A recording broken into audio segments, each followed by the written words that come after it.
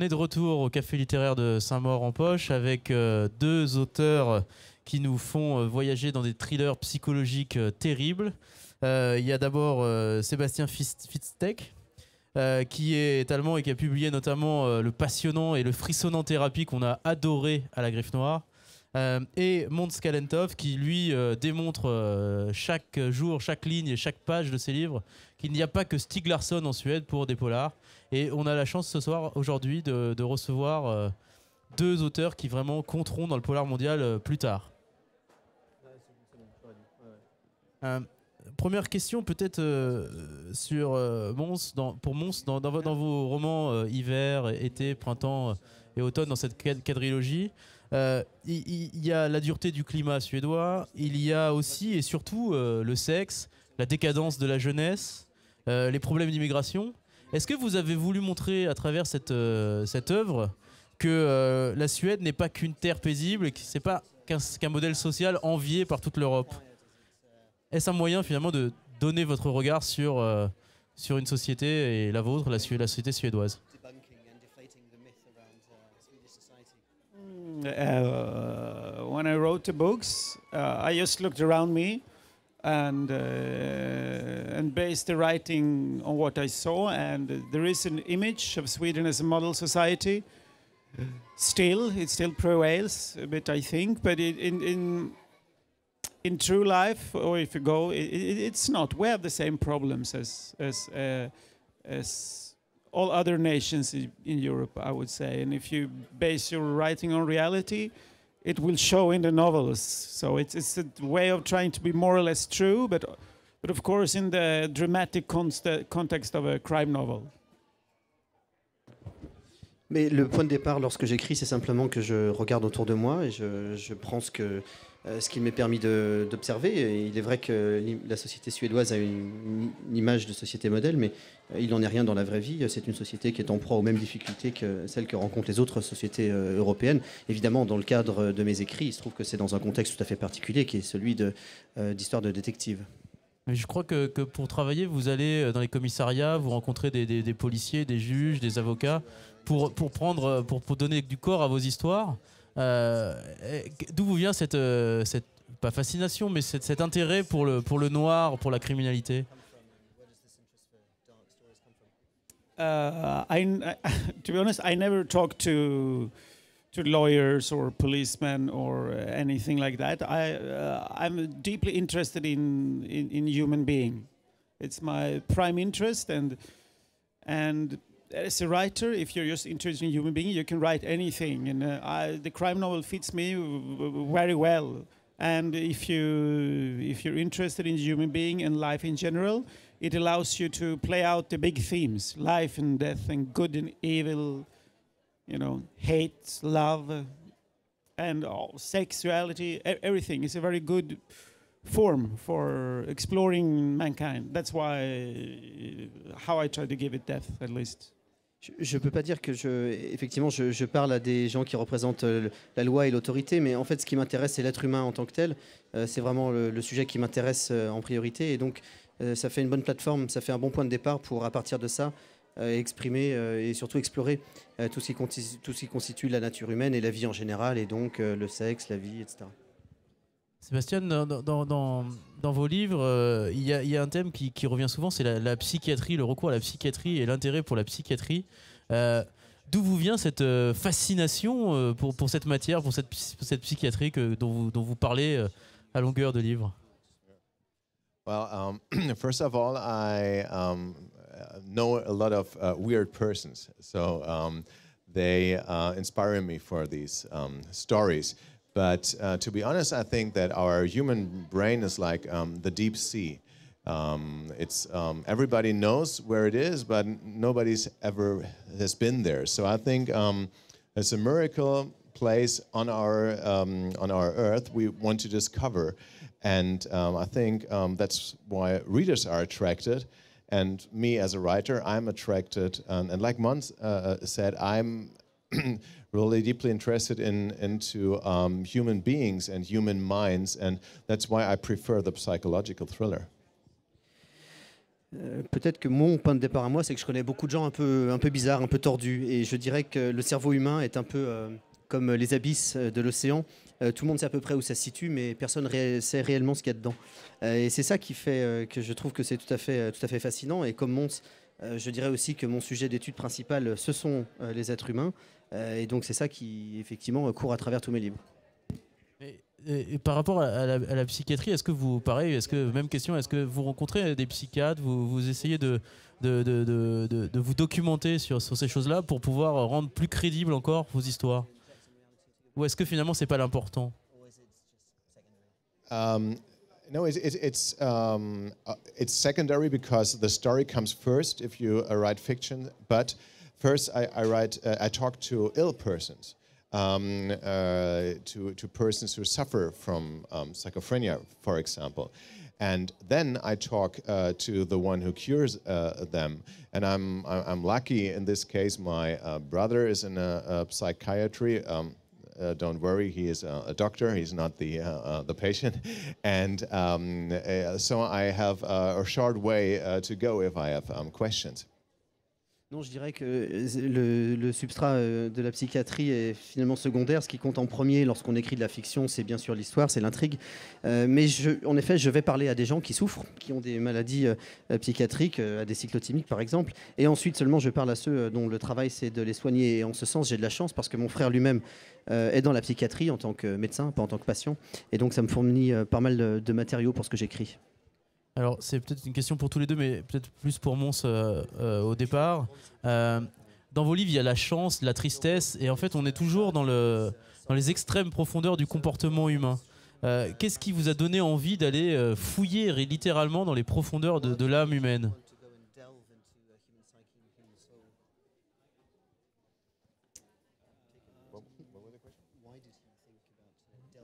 When I was 14-year-old, I discovered literature, and from that day I knew I wanted to be a writer. And it took me many years to understand what it really means to be a writer and to write and try to create art. And for me, it's just a way of life, and story comes first. So with these stories, I delve quite deeply, and the 5 books for me is a way of exploring evil and everything that comes with evil, and and evil is very close to hate, which is also in some ways very close to love, which is close to hate again. So these 5 books is a circular movement where I try to, or these 4 here is coming another one, where I try to get to the root of evil and understand what evil is and give an image of it. And while doing this, I mean, I have to delve deep into pretty much any human emotion because they're neighbors and they're all the same in the end. À l'âge de 14 ans, j'ai découvert la littérature et c'est à ce moment-là que j'ai décidé qu'un jour je voulais devenir écrivain. Et il m'a fallu pas mal d'années pour comprendre ce que ça voulait vraiment dire que d'écrire, mais en tout cas aujourd'hui c'est un modus vivendi pour moi, c'est ainsi que je vis et les histoires évidemment ont toujours la primauté sur tout ce que j'écris, mais à la faveur de ces histoires-là, ça me donne l'occasion d'aller fouiller, d'aller vraiment explorer, d'aller creuser dans l'âme humaine. Et le point de départ, par exemple, ça peut être de s'interroger sur le mal et de tout ce qui est relié au mal. Et autour du mal, on verra que la haine n'est pas très loin, mais elle-même n'est jamais très loin non plus de l'amour, qui elle-même ensuite parfois ramène de nouveau, reboucle avec la haine. Et donc il y a une espèce de caractère cyclique de ces passions. Et ce qui m'intéresse, ce serait de pouvoir aller jusqu'à la racine du mal, vraiment là où tout commence. Et c'est ça, bien sûr, qui du coup me donne le prétexte pour aller fouiller l'âme humaine. La racine du mal, et c'est aussi ce qui vous motive, Sébastien, quand vous écrivez, essayer de comprendre qu'est-ce qui constitue le mal finalement. Yeah, I'm interested in going very deep, not only into the evil, also on the good side. I agree that they belong together, and I'm deeply interested in death. I think, I mean, the question is, why do so many people like to read thrillers.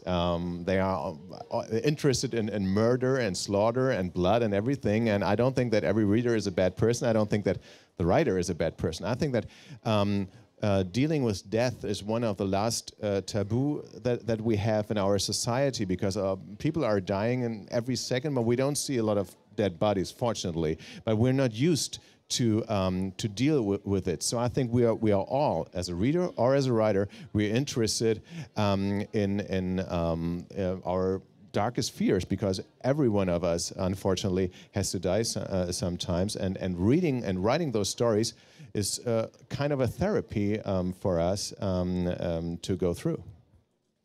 Oui, et si possible, revenir, aller à la racine du mal, pourquoi pas, mais je rebondirai sur ce qu'a dit Mons. En effet, les sentiments plus positifs sont reliés aussi au mal, et je me pose la question, pourquoi est-ce que les gens ont envie de lire mes histoires qui parlent de sang, de gore, de massacre, et peut-être parce que la mort, elle aussi, est reliée à tous ces sentiments, et la mort est peut-être un des derniers tabous que l'on a dans nos sociétés. Les gens meurent toujours, à chaque instant, à tout moment, et on ne voit pas beaucoup de cadavres au quotidien, ce qui est probablement une bonne chose. Et donc on n'a probablement pas l'habitude de se coltiner avec la mort, de la fréquenter. Et donc ces aspects les plus noirs, je crois, on peut les travailler, on peut les mettre en scène, parce que nous allons tous mourir un jour, et finalement écrire sur ces choses-là, c'est une forme de thérapie. On entend souvent dire en France que justement les thrillers et la littérature noire n'est pas un genre littéraire à part entière. Est-ce que vous diriez que ça vient du fait que justement on est effrayé par la mort et par justement le fait de se confronter à elle? Well, I don't know. I think it's really only up to the reader. I don't believe that if just one or two or three persons are saying it's not a genre, well, that's their opinion, and they can truly have their opinion. But as long as there are thousands of readers have another one, so maybe they're right. There's no wrong, there's no right. I don't care which genre I write. To be honest, when my first book came out, the publisher said, oh, that's a psychothriller. And I said, oh, well, okay, then it's a psychothriller. But I don't care about it. I just hope that I write a story that a lot of people want to read, and that I want to read, for example. So that's the only question. It's just an academical question. People can talk about this if they want to, but I would prefer them to read. Je ne sais pas très bien, finalement je laisse les lecteurs trancher. S'il y a des tas de gens qui veulent lire ce que moi j'écris, à ce moment-là on peut dire que ça constitue un genre à part entière. S'il y a des milliers de personnes qui lisent ça, alors je crois que c'est peut-être eux qui ont raison. Lorsque mon premier livre est sorti, mon éditeur a dit bah, c'est un thriller psychologique. Mais pour moi finalement c'est qu'une question d'étiquette. S'il y a des gens qui veulent lire ça, peu importe finalement l'appellation qu'a ce livre. Vous êtes d'accord avec ça, Mons? Thrillers are or perhaps are not a genre in themselves, and that it's an irrelevant or irrelevant question to decide whether thrillers constitute a genre, a proper genre. It's important for the book industry, I would say, because you need to label and package and to make it work in a market. That's the notion, probably true also, but. For me, as a writer, it's completely uninteresting, because I've written 4 regular novels, 2 books on travel and gastronomy, and 6 books about Malin-Fors, and it's just you just apply method, and it doesn't matter the genre. It's the same approach. For me, it's the same. I could write anything, but it's always the same method. So I believe. It's a genre for a market, for people who wants to find the stories, but for a writer, no, I don't think you can't think like that when creating. At least I can't. Oui, c'est probablement important de pouvoir mettre une étiquette sur ces livres-là du point de vue de l'industrie du livre. C'est important effectivement de pouvoir étiqueter. Mais pour moi, c'est une question qui n'a pas d'intérêt. J'ai écrit toutes sortes de livres. J'ai écrit des livres normaux. J'ai même écrit des livres de voyage. Et en fait, ce qui compte, ce qui court à travers tout ce que j'ai pu écrire, c'est la méthode, c'est la manière d'écrire. Je peux écrire à peu près n'importe quoi, mais la méthode reste inchangée. Et finalement, c'est ça qui compte. Quels sont les auteurs qui vous ont tous les deux inspiré, donné envie de devenir écrivain et d'envie de raconter des histoires surtout? Est-ce que vous avez des modèles? You want to start? You can start. Oh, that's always a difficult question for an author because authors who I know read a lot. For example, I read a book every week, and there are so many names I could tell. In my youth, everything started, like many psycho thriller authors, with Stephen King. I think he inspired me. Then I wanted to become a lawyer, so I read all the lawyer stories, starting from John Grisham on and everything. But of course, then a lot of Swedish authors came, to Mankell, for example, or Stieg Larsson, and then a lot of German authors, but also like Tom Wolfe or our literature. It's not only one thing, an author. Maybe it's only just one book sometimes, and you read it in a certain situation, and it inspires you and it reminds you of why you wanted to become an author. C'est évidemment une question difficile à trancher. Moi, je lis un livre par semaine, donc c'est un petit peu difficile. Mais évidemment, quand j'étais jeune, il y a beaucoup d'auteurs qui m'ont influencé. Stephen King, évidemment. Et puis après, quand j'étais jeune, j'ai voulu devenir avocat. Donc j'ai lu plein d'histoires qui mettaient en scène des avocats. Et puis, il y a eu naturellement des auteurs suédois, Stieg Larsson par exemple, ou des auteurs allemands, Tom Wolfe, entre autres.